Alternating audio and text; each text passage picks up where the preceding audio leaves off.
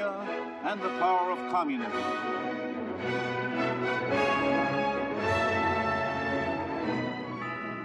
Kathmandu, forbidden to outsiders until recently.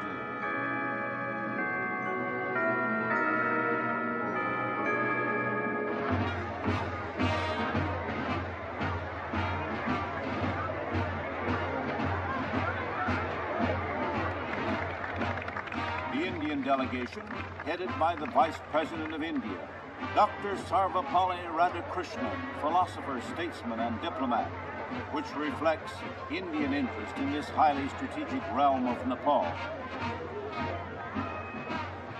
In a counter-move of power politics, the Chinese Reds have sent an imposing delegation, headed by no less than the Vice Premier of China, Hulan Fu.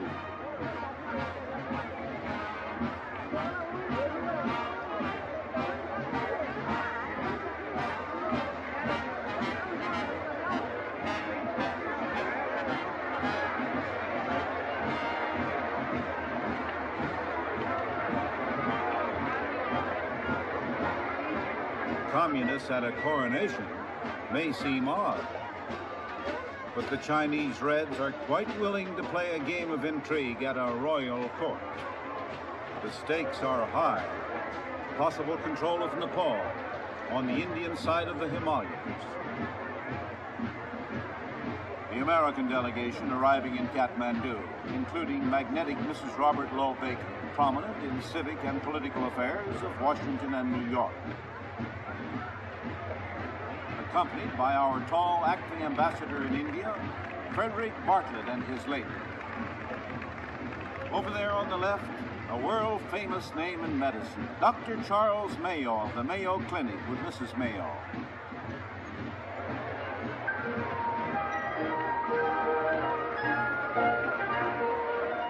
Oh yes, there is one other member of the American delegation.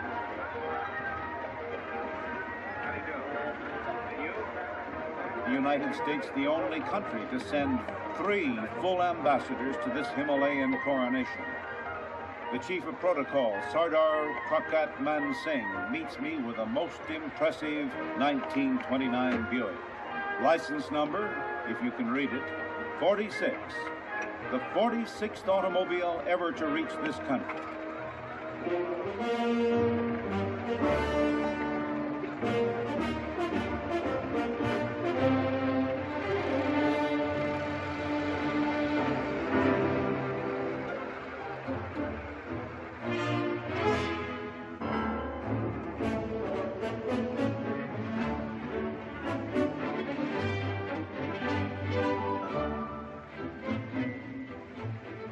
The forests of Nepal are famous for their herds of wild elephant, many of whom are captured and tamed.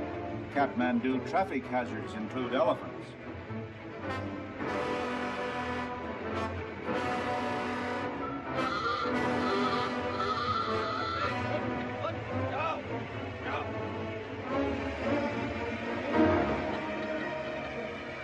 We're about to drive over an American steel bridge, every part of which was carried over the mountains by men.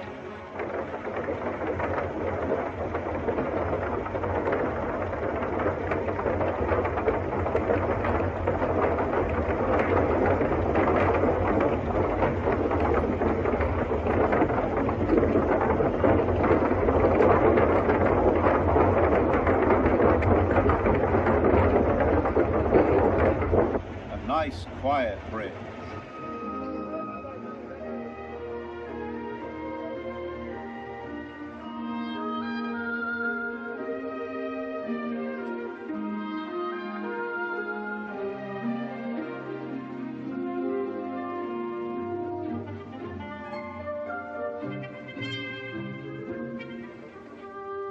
Frantic last-minute decorations are going up everywhere.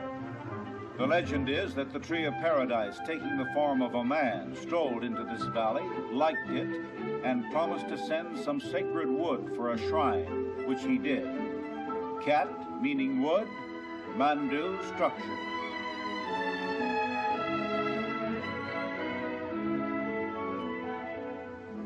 A city of 250,000 people, with hundreds of temples and shrines.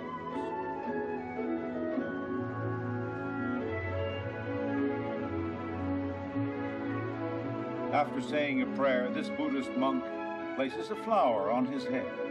Many Nepalese still adhere to the aboriginal spirit and demon worship of Bumpoism, others to Hinduism, and many are Buddhists. This image of Kali the Destroyer tells us that it is a land of exotic religions.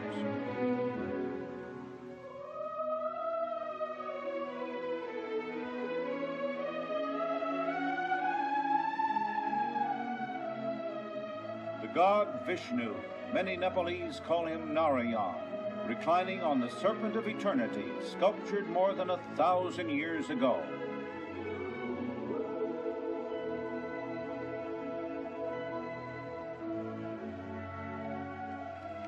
The burning ghats, where the dead are cremated just as in India along the Ganges.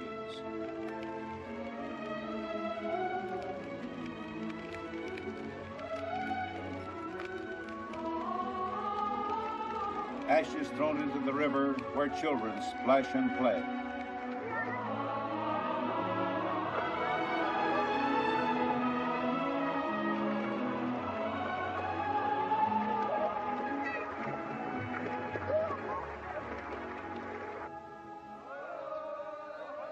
In the distance now, the main range of the Himalayas, nearly 100 miles off. A land of mountain and jungle trails. But for some 30 years, the rich Rana nobles imported a few automobiles, all of them brought over the mountains from India in this way. It takes 100 or more men to carry a car, depending on its weight.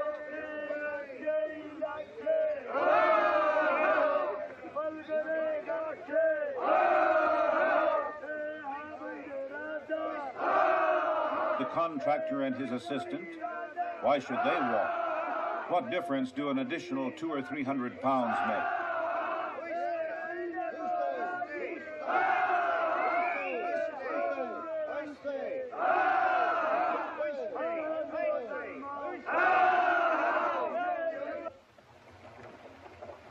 Meanwhile, from one of the palaces to which visiting ambassadors are assigned, we ride in state to present our credentials to King Mahendra in silk topper and striped pants.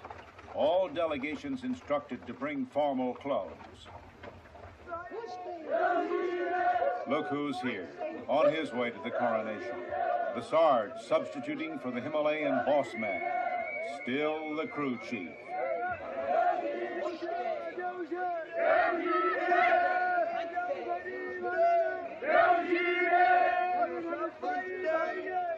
Two holy men from India, looking for nirvana, or whatever Hindu holy men look for.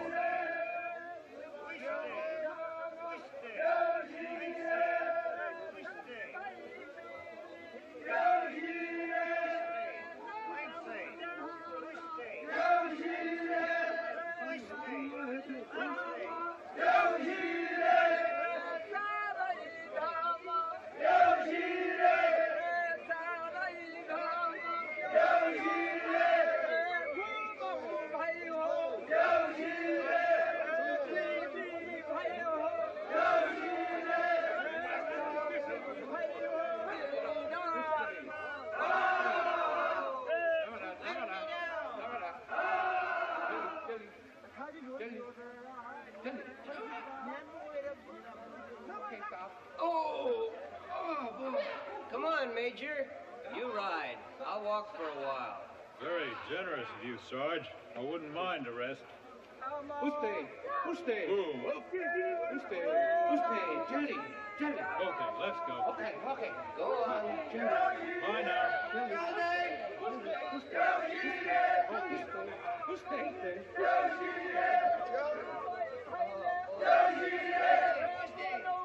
At the palace to present my credentials, accompanied by Chuda Prasad Sharma, the Nepalese foreign minister, and by Paul Rose, head of the American Technical Aid Mission to Nepal, who borrowed his topper from the British ambassador.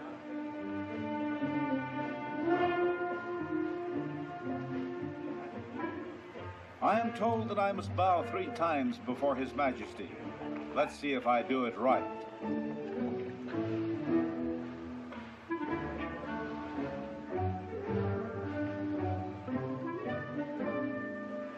Majesty, I've come halfway around the world to present the congratulations of my country. May I present Mr. Rose of the United States Mission? Your Majesty, I'm honored.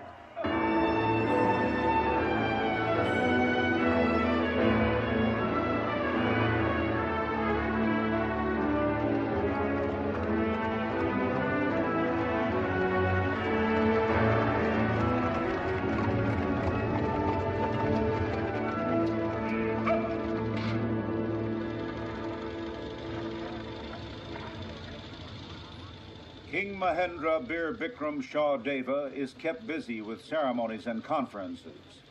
For long generations, Nepal was ruled by those hereditary prime ministers of the Rana family.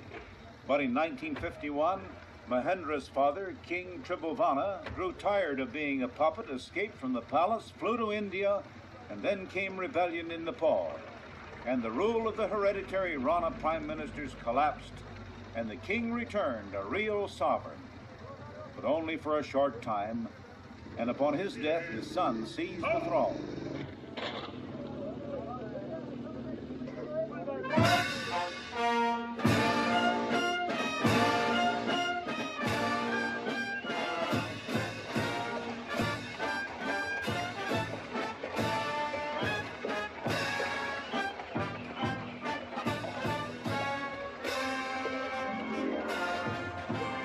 Chinese Reds in their severely cut black robes, the uniform of communism.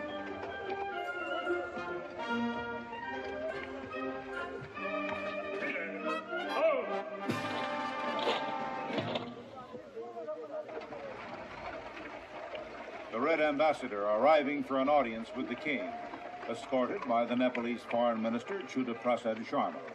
Behind the scenes, the game of power politics is in full swing. Soon after this coronation event, the news came, a treaty signed between the Chinese Reds and King Mahendra's Nepal.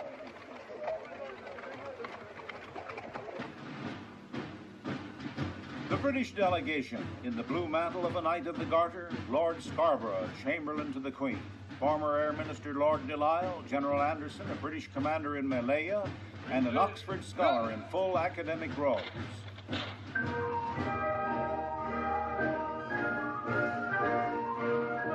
Gurkha troops from the British Army fighting the Reds in Malaya. The Gurkhas originally were Rajput warriors in India. Centuries ago, they fled from the Muslim invaders, conquered Nepal, and later the British recruited them for the Gurkha regiments of the Kipling tradition.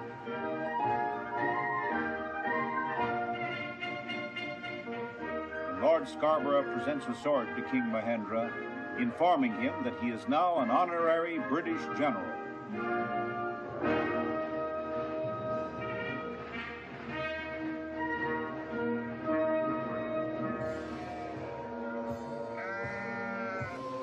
The eyes of Buddha overlooking Kathmandu. Tradition says he was born in Nepal, the teacher of nirvana and the law. The eyes of Buddha penetrating, inscrutable. Eyes of mystery that see all you do in Kathmandu.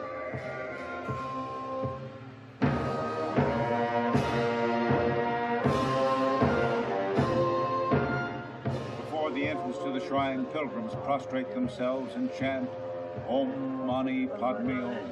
Om Mani Padme Om.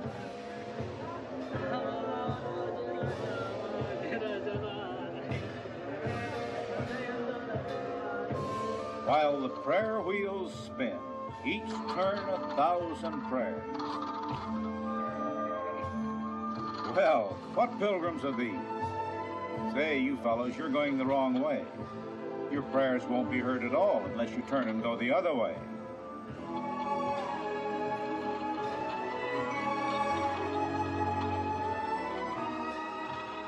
Still looking for their dream world, even in far Kathmandu.